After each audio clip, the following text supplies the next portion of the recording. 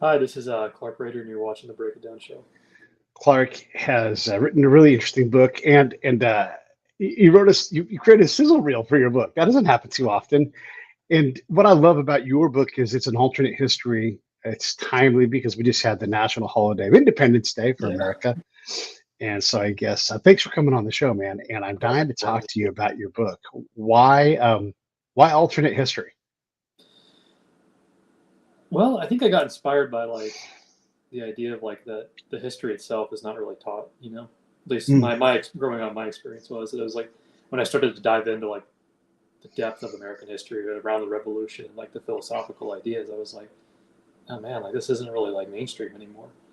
And it's like this question of like, how can we turn some attention back to it? I guess it was kind of a way of like getting history into entertainment. mm. And he posed these interesting philosophical questions of like, all right, well, what would the world look like if we didn't have America? If we did lose, what would it look like? And I guess that was like the original inspiration for it. Yeah, yeah.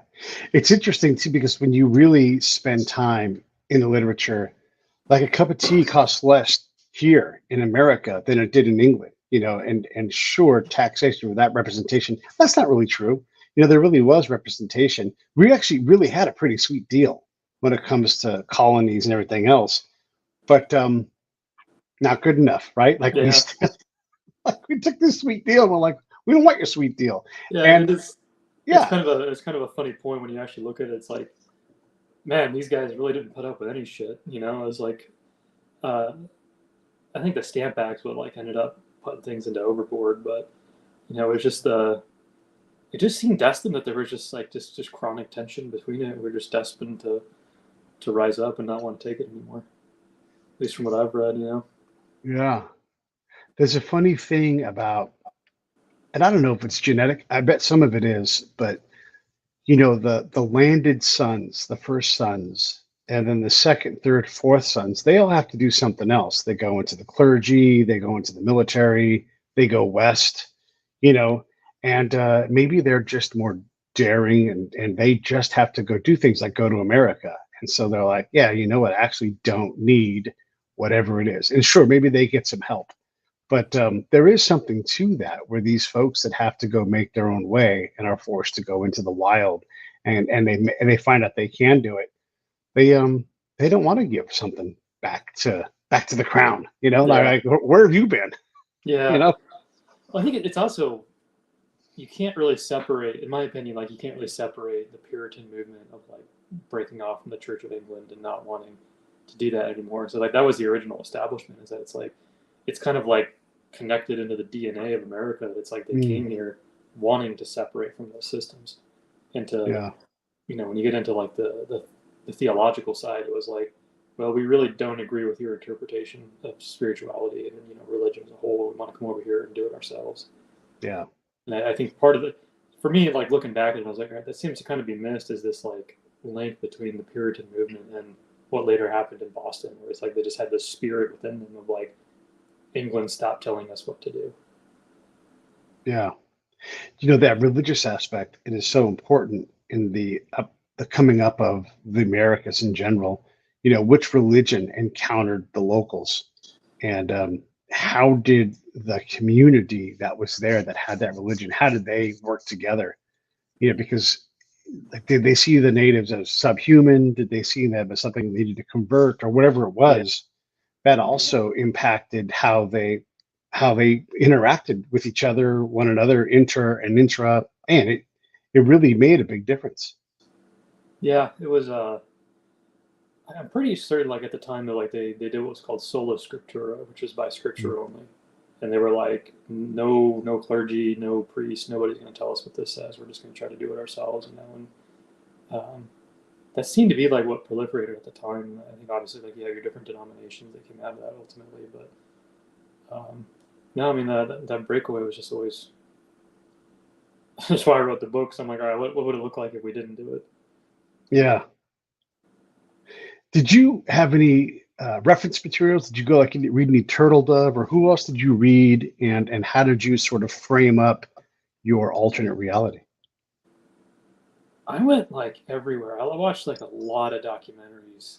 There was this guy from like West Point that did like this wonderful military analysis of like the revolution, and like it was a fascinating documentary because it's like, you know, there's a lot of unsung heroes in the revolution, and ultimately it's like if it wasn't for this band of ragtags in the deep south of Carolina, we would never have won. Yeah. It's like Washington got his ass kicked all up until like the last day. Like, Right. he was a great, great leader, great idea man. Like he kept shit together, but like his battles, he was always overwhelmed. But then you go down and you find out about like Nathaniel Greene, like Daniel Morgan, like these unsung heroes down there that exhausted the British and all their resources by tracking them through South Carolina. That was, I always thought that was like one of the most interesting things I ended up uncovering in my Yeah. research.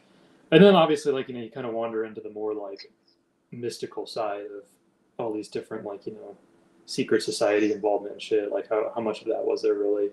Um, and like, so from both spectrums, like, I researched everything, but Mm. I think it was mainly like all these documentaries I ended up going into, and then like reading some literature on it.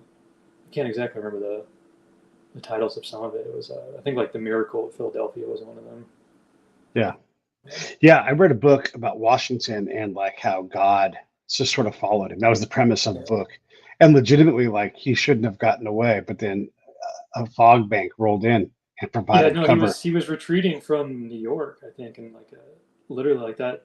The British were like, all right, we'll head over there in the morning and we'll deal with them. That's just kind of like they actually were kind of cordial sometimes. It's like we're not gonna roll through in the night and slaughter you guys. We'll wait till the morning and final terms and shit. And then literally a fog rolls in and Washington sneaks in. And there was tons and tons of hand of God moments, like especially like the people around him that like wanted to kill him and wanted to get rid of him. Like it was always the right place at the right time with him. Right. Yeah.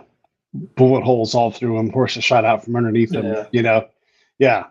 Yeah. It's one of those things where it really should have gone the other way so many different times, but it didn't. Yeah. Right. That Yeah. Yeah. Bunker Hill, like that was Yeah. Yeah. like how they ended up spinning that into a moral victory, from there. Like it was I was trying to think of like the moment where it was like the most like absurd uh oh, it was they did the movie on it, The Patriot. It's actually about like the most absurd battle there was, which was the Battle of Cowpen, where it's like they actually did bait the British with a line of militia, brought him up over the hill, and then like Cornwallis was just like he was done after that. Like he never got any kind of momentum going again. Yeah. It's always those fun little stories of like, this is Yeah. so inspirational to read about this, especially our history. There's also like the Fort Ticonderoga and Benedict Arnold stuff. And I mean, Benedict Arnold, to his credit, when he was doing the good things, Oh my they, God! Like talk about one of the most like that's like such an underrated story. Like, and he had a legitimate beef, oh it's my like, God, yeah, like he was passed up so many times after being mhm, like literally like one of the biggest heroes of the revolution. It's like, yeah, and once you read a story, you're like, all right, this guy kind of had a. It's like obviously you never want to support treason, but you're like, right. yeah, that's like they really screwed him over. Yeah. How much more should he have taken, Yeah. And also, I don't know if it was Benedict Arnold, but it was one of those guys, Ethan Allen, one of them up there. They just about took like most of Canada, and only by a little bit of bad luck did they not like change that part too, because Canada almost became the United States in a lot Yeah. of ways. Yeah, Ethan, he Yeah, was that. I think he was that rugged outdoorsman who was always in constant competition with him. And yeah, I think I remember that one. yeah. It's so in your case with your book, as you're writing this, how complicated is it to turn this battle around? And then, 'cause I'm assuming in the book you have this first war of independence, and then it goes the British's way. Yeah, I framed the book in a modern era because it's like I wanted to try and draw some interest into the American history, but also to contemporize it. So it's like everyone can watch it and be like, if we just had it nowadays, what would it look like? And Okay. a lot of the book is just like hand of God moments where it's like they managed to escape by, and it's I really wanted to like adapt a lot of that, but the book itself is actually written from the standpoint of British Special Forces guys who they've Okay. been trained by the Empire. It's like America's terrible, like all these guys are savages, terrorists are horrible, and they've been waging the war on them. But it's like, they're as they're sent on this whole mission to like finally get rid of the Americans. It's like they hit a wall and they're like, oh God, Hmm. everything we actually have been taught about this is a lie. So it's like the whole thing's like kind of like based on a false premise. But my idea with that was I was hoping that someone who's really on the fence about the country, Mm. like really on the fence about its philosophy and what it means to be self-governed, like natural rights. It's like, can you get you to set aside what the media and what everything else has taught you about it, and can you just think about Yeah. these, in this environment? There's a couple things you have to deal with if British stay in charge. Is there probably isn't a Louisiana Purchase because the reason for it was the fact that you're fighting the British. Yeah, Um, I don't know that the British are going to have the means to fight and get the Treaty of Guadalupe and get a Texas and take all of the stuff, the property from the Spanish and the Mexicans. So, how do you deal with that part of how I approached it was, and to the best of like my kind of creative knowledge at the time, I was like, all right, before the revolution, Great Britain was pretty much staged to take over the world. They had China and Hong Kong, they had South Africa, they had India. Like they were they were set to go in terms of like that they actually were they could do it. But Right. then comes us and we end up bankrupting them. Like we're the final straw where it's like we actually put the thorn in their side of like it went from being a thorn in our side to like a huge financial problem where it's like they had to keep like taxing the citizens and then they were done with it. So I never really thought about it in the sense of like what would have happened. It's that it's like this empire without the revolution could have gone on to be like the global superpower. That's how I Right. interpreted the history because it's like they had everyone under their foot. They had the trade routes. They had everything. Right. Right. Okay. So it's just inexorable that they're going to end up having this stuff because just the weight of the crown was just going to get these things anyhow. Yeah, that was my takeaway from how Okay. I read everything. Yeah. Yeah. Yeah. And then you have the Indian and then the slave problem, and obviously Great Britain was, if not ahead, only a little bit behind us on eliminating slavery. So how do you deal with that in the book? That's like one of the interesting things I learned too is that Thomas Jefferson in the original Declaration was like, if we're going to sign this, like let's get rid of slavery now. Right. And it was actually these guys in the South who were like, no, that's our business. Like you can't. So it was actually a point of concession that it's like a lot of the founders were ready and willing to let go of slavery to do to ultimately declare it. It's like a lot of them actually wanted to start enlisting these guys to have them be a part of the army. So it's like they wanted to have their freedom too. But it's I forgot the names of the guys, but it was mainly like South Carolina uh, and Georgia. It's like they were like, yeah, we're not backing this if you're gonna write that in there, and they ultimately like went down to that. But I think it's in the book. It's like I just kind of saw it as like it was like a natural dissolution, Mhm. because that's sorry, so go ahead. Yeah, and they had their own movement to do this, right? And they were trying to go to Africa, like to kill the slave trade, and Yeah, they had Chinese, like Gordon, right, was out like fighting one of the Mahdi's, and they had the Battle of Khartoum. I don't know if you know about the Battle of Khartoum, but what an amazing story. And all at their own expense, they're trying to get Africa to like stop selling each other off into slavery. And this is in the late yeah, but that's 1800s, you know? that's always like one of the touchy subjects with it because it's like those people were enslaving themselves and like selling them off. It's like the barbarism that went on down there, but it's like it just Yeah. seems like nobody wants to. Obviously, none of it's right from the top to the bottom. Yeah. It's all Yeah. Yeah. fucking Yeah. wrong. But it's like there's a lot of nuanced complexities in there where it's not just like it's not as simple as like, hey, here's your James Bond villain. This is the bad guy. Yeah. That's kind of how I Yeah. see it. It's like let's not Yeah. lay this at the feet of the easiest person Yeah. to do it. And let's understand, like I'm bringing these problems up because you do have to deal with them in the book, and these are, in Right. this case, these are American problems. Like like this is the slave problem. So now we're going to talk about the Indian problem. Like how do you deal with that? Because the British had their own attempt at dealing with the Indian problem. So what was your solution in the book?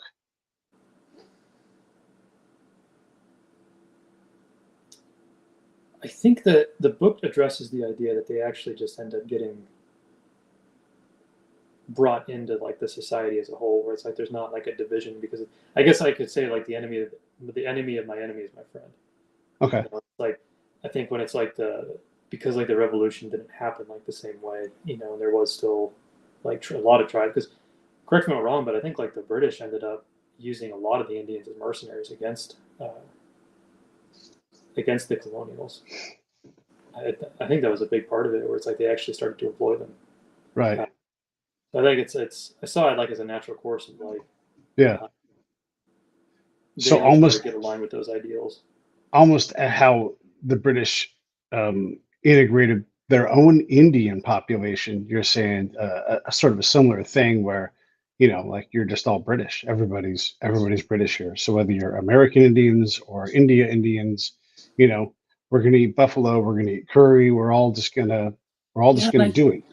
there was a lot of philosophy at the time where it's like a lot of the ideology of why America had the philosophy it did was that it's like they were saying like to the crown and to the nobility that thinks from birth that they have the right to subjugate and to it's something about their blood and their nobility that gives them the right to claim authority over us.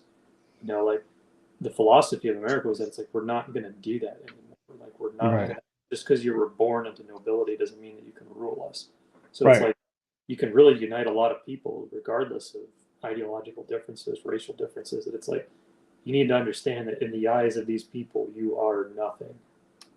It's like you're nothing to the crown if you're not born with the right for it. That's that Right. surviving like yeah, that was like one of the most interesting things about how they were sick of this idea of like just because I wasn't born into nobility Mm, that I can't have a say in government. I can't have a say in this.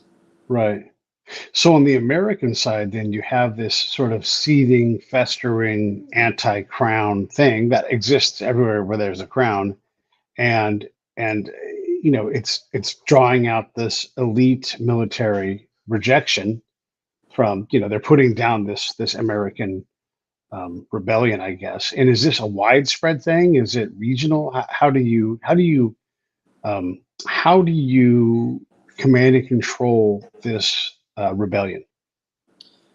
The idea, like in the book, is that it's entirely like mostly like an underground philosophy that gets circulated around, much like how it was like with the Green Dragon Tavern, like Thomas Paine, like Hmm. running around to like random neighborhoods trying to get people to come on board for it.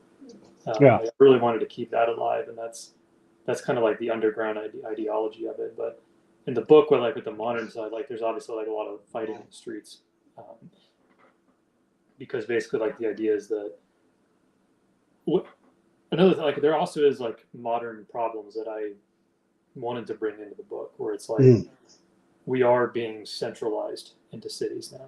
It's like the rural collapse, whether it's like they're trying to bring more and more into a centralized control in the cities, and hmm. that was the main thing of like you get a lot of these farmers and you get a lot of this like rural community that just gets taxed and legislated to death, and they're ultimately like Hmm. brought into the fold of this grid system that like a lot of these authoritarians want to have now. Right. So it's like a lot of the I don't know if that exactly answers your question, Pete, but it's like the idea of like if they can get it all under the thumb of like a centralized system. That's kind of like the theme of the book, and that's how the war's fought. Where it's like it's in the cities, but there's a rural idea of it circulating around. And then you have major worldwide events that you have to account for in some way. So you have a World War One, you have the Spanish American War, you have World War Two, obviously. You have these big things. You have a Cold War. How are these? How are these played out? Are these just British things? Are they averted because of different politics? I mean, Russia and Britain become, are they the superpowers? What about that? I think the idea was that it's like you look at if there is no Germany, right? If it's all Hmm. like all one conglomerate of the empire, it's like would there be world wars? Like in that Mm, sense, or like was it? Um, it's like essentially if all nations are dissolved in their identity and pledge fealty to a crown, it's like really it's the people mm, that are aligned in their ideology against it. It's like all the different like factions get condensed into just two, and it's like empire, you know, anti-empire. That's really how the book looks at it. Okay. Okay. Yeah.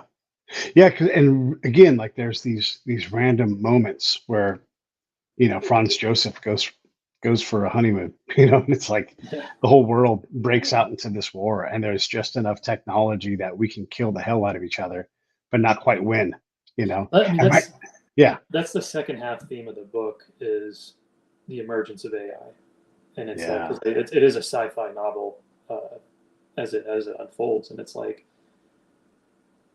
because really like I wanted this theme of like evolution of adversary, where it's like we think that us fighting as humans right now is bad, but it's like when governments and like ruling bodies actually give up their own ability to make decisions and they're following the instructions of an AI, like what is that really going to look like?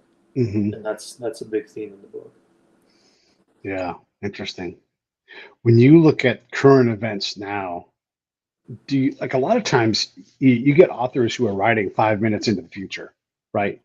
And it's not hard to get it right. Like my friend Kat Connor is writing about pandemics, and then bam, Yeah, pandemic. These things happen all the time. There was a dude who his job was to like, for the Olympics, he's like predict scenarios that we can, plan for. And he's like, how about a bunch of radicalized Islamic guys break into the Israeli barracks at the Olympics and kidnap and kill people? Like, and he nails yeah, he nails the scenario completely, like tactics and everything. And you know, if you give someone the imagination, there's the mirror of that person who actually thinks it up. I guarantee you, there's someone who wrote the Timothy McVeigh plan out and said, well, someone could do this, they could do this, that, and take these steps, and they could go and, they don't identify Oklahoma City as the target, but they're like, all right, that's how you do that. I mean, it's not hard to do. And so you have this ability as an author to really predict the future because you're doing something that another human who has vile intent thinks up. You're doing the same thing. yeah. And you look at something like Star Trek, and it's I think almost every single technology they used in there we have some form of now. Yeah. Cell phones, lasers, Yeah.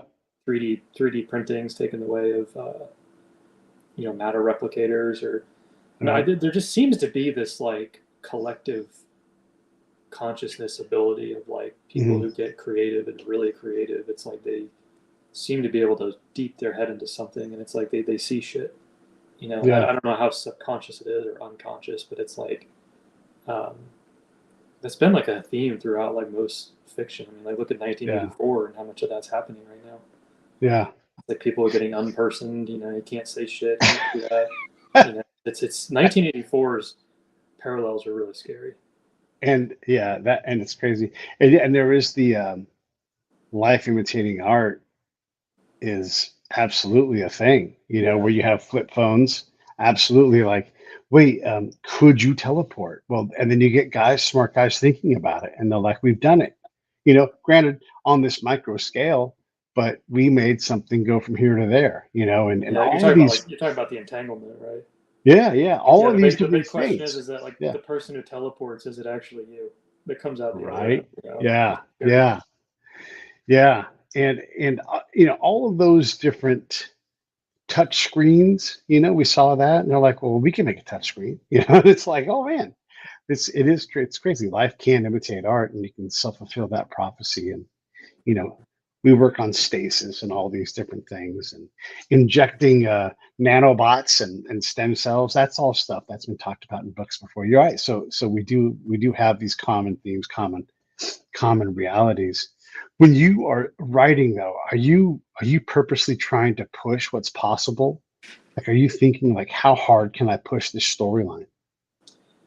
Absolutely. I mean, that's by the end of the book, it's like it takes a much more like the Matrix would be like the closest thing to it, where it's like hmm when you think of like once you start introducing like AI in terms of like not the simple like iRobot stuff, or not to say it's simple, but it's like the standard like Asimov ideas of like just hmm artificial life. But when you actually start handing over the idea that it's watching and observing society and making predictions based on what Yeah. it's observing, like Yeah. that used to be think tanks of like 10 people, But now you give an AI the collective data of social media, everything that's bought and sold and traded, all the information out there. You tell that machine like, "Hey, I want you to start predicting what's going to happen." Yeah. Like, it's you. You're almost. It's the closest thing to like psychics and astrology and all that weird shit that it's like it's actually here Yeah. in the form of technology. And really, you could say in the style of Carl Sagan and the style of Asimov, right? Or the style of Roddenberry, like Right. whatever, and then combine these things, and then now tell me, and you can just all of a sudden have something that's truly unique, inspired by these geniuses Yeah. of the form, right? Now add in Nietzsche, you're like, oh my God, it got really dark. Yeah. It's like Jesus Christ. Yeah, it's crazy. And like I've got a lot of combat history, and the one thing I know is that the gods of war, they don't they don't tolerate design. They take what they want, Yeah. and they want everything. And so as soon as you think you've got something happening, they release their dogs. Their dog is chaos, and random, and those things just come in and they just reap, and you're just like, what in the fuck just happened? Like how Right. did this all change? Everything went our way, and yet, and I always say like there's 100 ways to skin a cat, and they're all the right way and the wrong way simultaneously, and you just don't know what's going to happen until you do it. So once you open that box, you don't know what's going to happen Yeah. until after you're done. I kind of recall the idea of like in the Bible there's this like lesser taught idea that it's like the Leviathan is the chaos monster. And Yeah. there's this undercurrent to the creation of the world that it's like there is just this chaos. Hmm. Everything always just devolves to chaos. Yeah. And that's really like one of God's great battles is between him and the Leviathan. Yeah. It's Yeah. can I restore order, can I restore righteousness in the face of Yeah. this? It's true. And there's just these things. I was in a firefight, and I don't want to be too Yeah, grotesque, yeah. but this illustrates this. And there was this Iraqi guy, and I don't know why, but Iraqis are fatalistic. And he's like, I'm just going to go walk across the street. And 1 second he was putting one foot in front of the other, and the next second folded up on the ground. He got hit by a bullet, and that was it. He instantly was alive, and then instantly was dead. And you're just like, that's it. Like there's nothing to do. Sure, we'll go lay that guy out and render aid, but it doesn't matter. That guy's not alive. And it was like as easy as flipping a light switch. And I don't know who shot him or anything. It doesn't matter. That just like that, it was over. Like Yeah. that's how random life was. Now, granted, he made a crazy decision, but it doesn't matter. Like he could have been standing in a safe spot, and then anything could have happened. It was a dangerous place to be, and he didn't choose to be there. He was just some dude, and he's like, "I'm gonna walk across the street and try to get out of here," and then whammo. Yeah. It's a wild thing when you open that box, that war box. It's crazy. Yeah. No, that's rough. Where was it in Iraq? Like It was Fallujah? it was up north in like the Mosul area, up there in that little Yeah. hard area. Yeah. So there was always these areas that had a lot of firefights that we went through. And so we already knew it was dangerous, so they all knew it was dangerous too. And for whatever reason, maybe that guy had a job to do. Who knows, right? But yeah. Um, so one of the things about that Declaration of Independence was putting your name to it meant you were willing. These are all very successful people, you know. No, that's the crazy part that seems lost. Yeah, In my opinion, that's lost to history is that it's like these were the equivalent of like your Elon Musk's or like your yeah, very, very high social status people right. risking their lives, their wealth, their fortunes, everything Yeah, for treason. Like they yeah, knew that once they signed that, they were going to hang by a tree. yeah. And they couldn't have felt confident about their chances. They couldn't be like, "We got this." They were. Some of it happened. I think it was pretty soon, like after that April 19th thing, where it's like I think they were pretty empowered by uh, the Patriots Day thing, where it's like they made their stand in Lexington, like got you had Concord with getting Yeah, Hancock and Adams out of there, and that there was like the guerrilla tactics, like in the early days, like those were pretty inspirational. But then like yeah, once the full army showed up, like in New York, and like that northern campaign was just it never went well. Yeah. And you just think of all the people who stayed with the crown and probably felt confident that like this is going to be over soon. This is just going to be temporary. They had to have been confident that like we're on the right side. We're not treasonous, you know. And it's just we lose sight of how unlikely that whole thing was. This is the greatest army that had ever been assembled, basically. Lost to pig farmers, Yeah, yeah, libertarian and, pig farmers, as they call them. yeah.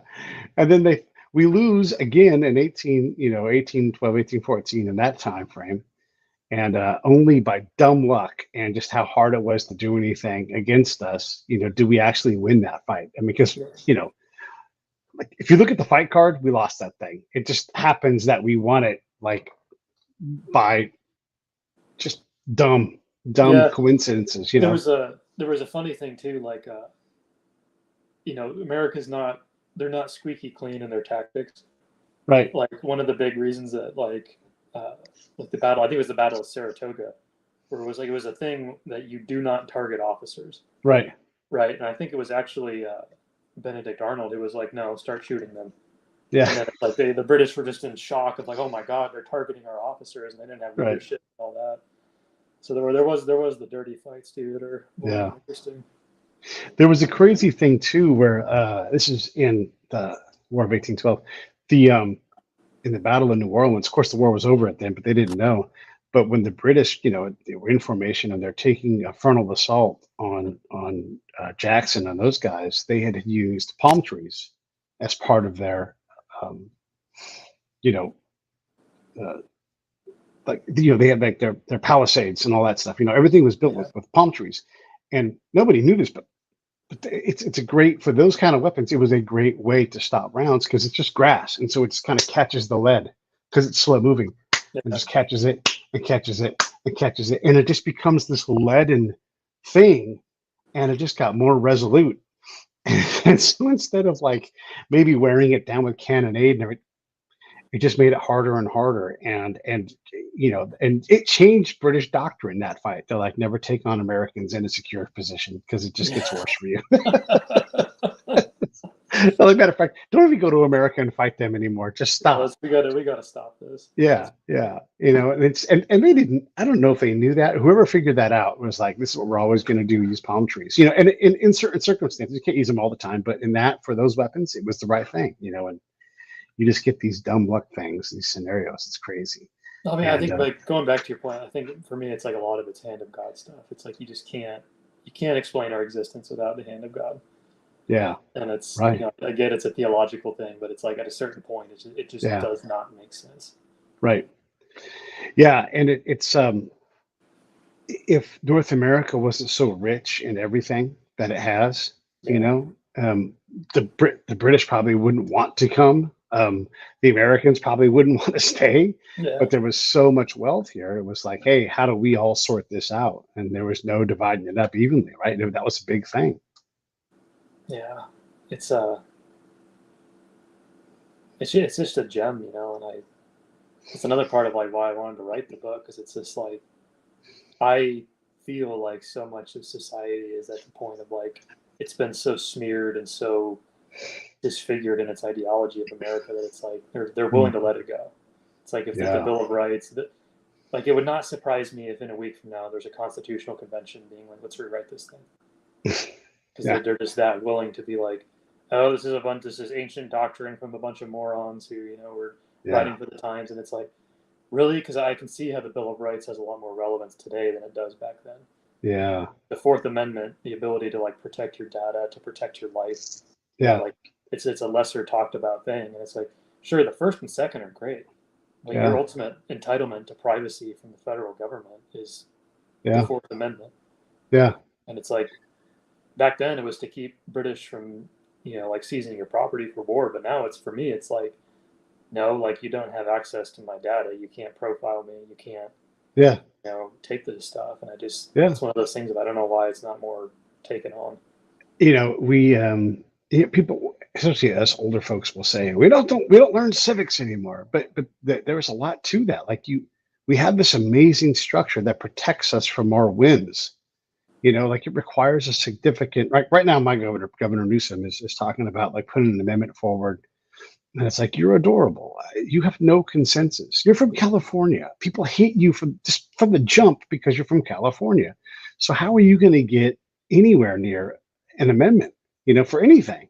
Yeah. Like it's not realistic. And our system is hard to change because of that. And you have to go through the Supreme Court because you wrote a law and it goes after these amendments and these civil rights. And so yeah, it's very, very tough to change for a reason. These guys were actually really smart and they were very well educated.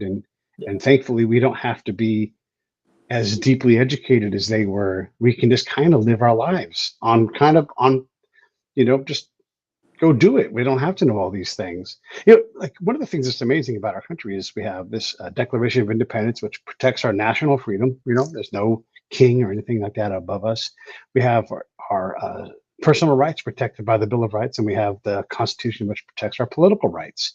But there's very few countries that have three specific rights protected by three founding documents. Well, there's very few countries that say that your rights the government cannot take or assign. Right. You're born with them. Yeah. Right. It's like it's a theological thing of like, yes, you were created with them. Your creator assigned them to you. That's how they wrote it. That's right. Nowadays, it's like you can say it's your humanity, but it's like at the end of the day, the idea is solid that it's like I was born with these. You never had them, and you can never take them. Right. And so when someone says healthcare is a right, like, well, you can say that, but it's not codified, and it's a lot of work to create that. So go create that. And look, these aren't political statements. When you say abortion is a right, well, Congress hasn't saw fit to make it a law, so it's not a law. And so unless you're in the state where it is, so work on that. I mean, we have a system. We have the ability to create that, and go do it. Like we have the ability. This is our machine. We get to tune it how we want to, if we want to. Yeah. And it's also the craziest thing is that even in the document it says, hey, when this government becomes completely antithetical to these ideas, like it's your job to get rid of it. To reestablish it. That's right. Yeah. I'm hard pressed to find one person in the governing body who actually, does everything right by the book to America. That's I think a lot of them can seem that way, but I don't know. I'm hard pressed to believe it. One of the things I've noticed is there's very few people that make any kind of movies that are alternate history movies. They happen sometimes. Inglorious Bastards, I think it's what it was called. That was one. The Hollywood movie. What was that one called? They had the Manson murders. That had a kind of a different ending to it and everything. What the heck was that movie called? There's Man in the High Castle. That was Oh yeah, there you go. Yeah. Right, but there's not a lot of that kind of thing. Is that genre problematic? Do you think for Hollywood? Like I mean, you can do science fiction where it's in the future or on another planet, but we don't really seem to like that genre in the movie form. It's actually a good point. Like it actually always seems to be like telling it historically accurate, or like historical adaptations. There's not a lot of alternative history. Right. I wonder why that is, because it seems like something. I mean, it's fascinating. When I started the book, I was like, this really hasn't been done. Mm-hmm. It seems like this would have been done, much like how many games or movies are like, what if Hitler won World War II, Yeah. So this is like one of the greatest wars of all time, and like no one's written a story on the opposite side, but man, and you think about how close that happens too, like how close did they come to just suing for peace? I mean, it's just so close. It's just a couple of changes here and there, some small events could quickly change that whole fight. If they actually believe that there's an invasion at Normandy and they just commit the forces and they trap the Americans, it can easily be game over right there. Easily. It's a wild thing. Are you working on anything else, or is this going to be it for a while? Working on the continuation of the book. So it's like I really want to see series. So Yeah. And when you do something like this, there's in betwinkles you can do where like you have this linear line, but you could go back and you could do like a 1850s era thing. yeah, You can do quite a bit with it. yeah, be cool to like obviously like go back and show what really happened to make the revolution go the other way. You know, Hmm. that's another thing I've been working on. Yeah. Yeah. And then what about like the founding fathers? What do you like? They just don't show up in the book. They just don't, because that's the thing. Like you talked earlier about all of the we're really hard, like the 3/5. You always hear that. That's always thrown up. Like, they think we're 3/5 of a person. Like, well, that's a political compromise. That's the North and the South. Like, hey, if we don't do this, we're not going to do anything.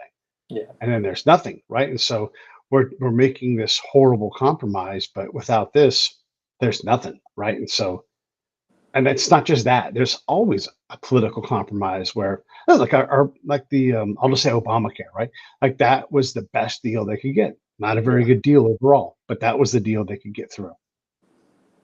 yeah. No, but part of the problem with that too is that it's like everybody in those conversations, from what I see, gets so mad to prove their point that it's like nobody can surrender and be like, all right, neither of these points are actually like getting us anywhere. Like, can we propose a third system or something? It's like Hmm. the duality that seems to take place, where it's like everybody just gets into a shouting match over like you're right, I'm wrong, and it's like, well, what about what works? Yeah, And yeah, that's that's where entrepreneurship comes in. It's like you get people who leave that conversation, go innovate outside of stuff. yeah, yeah. Or like that, that story where DC ends up where DC is in Virginia, because that's the deal that they make. Yeah, And that changes history right there. It ends up there, and it shouldn't be there. Like it's a terrible location, and it's super expensive to drain that swamp, and ultimately that kills a lot of people. yeah, Presidents included, family members, because it's just a shitty place to literally a shitty place to yeah. build something. It's The crazy. DC thing is weird. It's like you can't approach it without the mystical secret society stuff because it's just like it's just strange. Like the layout, why it was chosen where it was. Like Yeah, why is it literally like a separate? Why when you really dive into it, why is it a separate country? right. Why is it its own like autonomous entity? Yeah. That's the strange stuff about it. Yeah. And I don't know if you know this, but we had a guy on the show. He's a doctor, and they had a historian. They wrote a paper, and they said one of the reasons why there was so much death in the White House in the mid 1800s was because the nightshade, the poop that they dumped, was dumped uphill. It should have been safe, but we know now in modern times, it would seep into the water table, and it would cause cholera and other Oh, waterborne. wow. Yeah, and so that's why Willie Lincoln died, and all of these presidents and their families and the people that died in the White House because their water table was polluted with human waste. Wow, I didn't know You that. know, yeah, and so you have this not just them, like anybody, and so partly because of the geography of the area and how low lying it was, and so that deal creates these downstream effects. There's always going to be things like that. But Yeah. imagine, if Zachary Taylor lives, maybe he's a good president, maybe he's a worse president, maybe the war starts earlier. Who Yeah. knows? But Yeah, that he was that didn't die from bad cherries and cream. He died from poop. You know. yeah, there was that funny Abraham Lincoln Vampire Slayer. That was a random alt history Yeah. one in there somewhere. Yeah. Yeah. Yeah. Yeah. Yeah. Do you think you'll try to get this thing made into a movie? That's my gut. I mean, I'm starting to realize that like more and more. Is I'd actually like to get it to a series. Because it's Yeah. like I had my filmmaking background, and I'm like Right. I was trying to get this as like a grassroots thing, but I'm like, no, I mean maybe we can accelerate the process. That's kind of what I'm Yeah. thinking. I mean, and you can get this made in a lot of ways. You can go to the foreign market. There's a Yeah, lot of places you can go to get this. Like anymore, if you can sell it, someone can. Like you can yeah. get it made. Are you in LA, Pete? I'm in Orange County, but yeah, I Orange mean, County. I'm up there a lot, quite a bit. Yeah. Yeah, I used to do like a pitch circuit with the studios like in Santa Monica and Burbank and then Sure, right, yeah, right.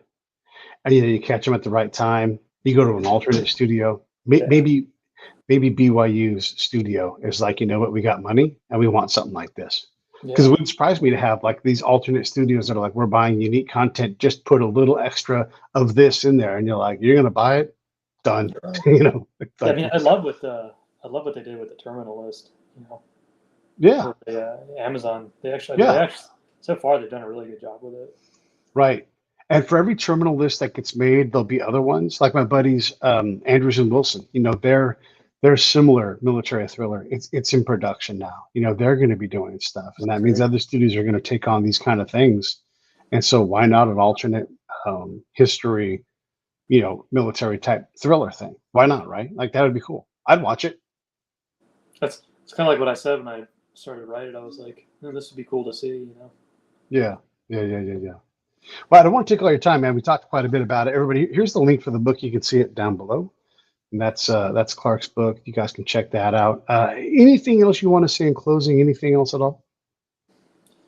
No, it's like, when I talk about the book, I think it's like it all falls under the umbrella of like if anyone's interested like in these themes and these ideas we talked about, it's like it's all in the book. Yeah, In one way or another, like it's touched upon.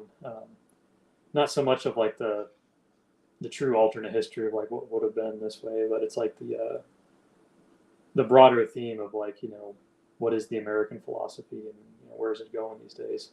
That's really what it's yeah. about. But I can't think of anything you and I have talked about that's not at least in some form in the book. Right, right.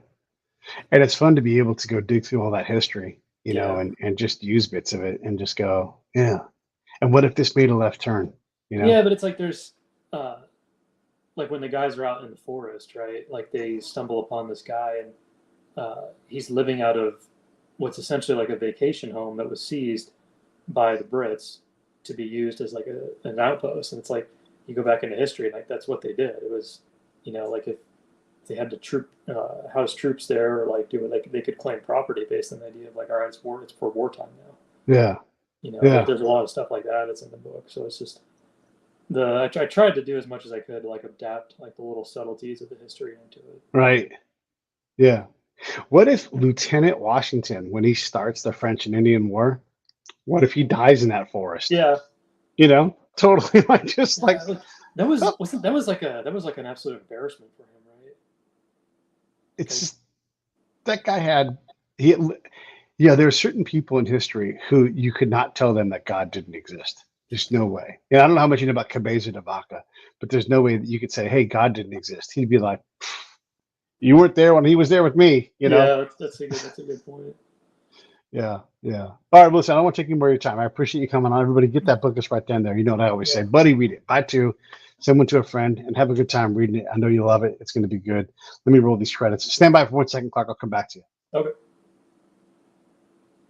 Hey, thanks for watching the show. I really appreciate it. Right here, you can subscribe. Please do that. It makes the show grow. Hit that notification bell so you know which incredible guest is coming up next.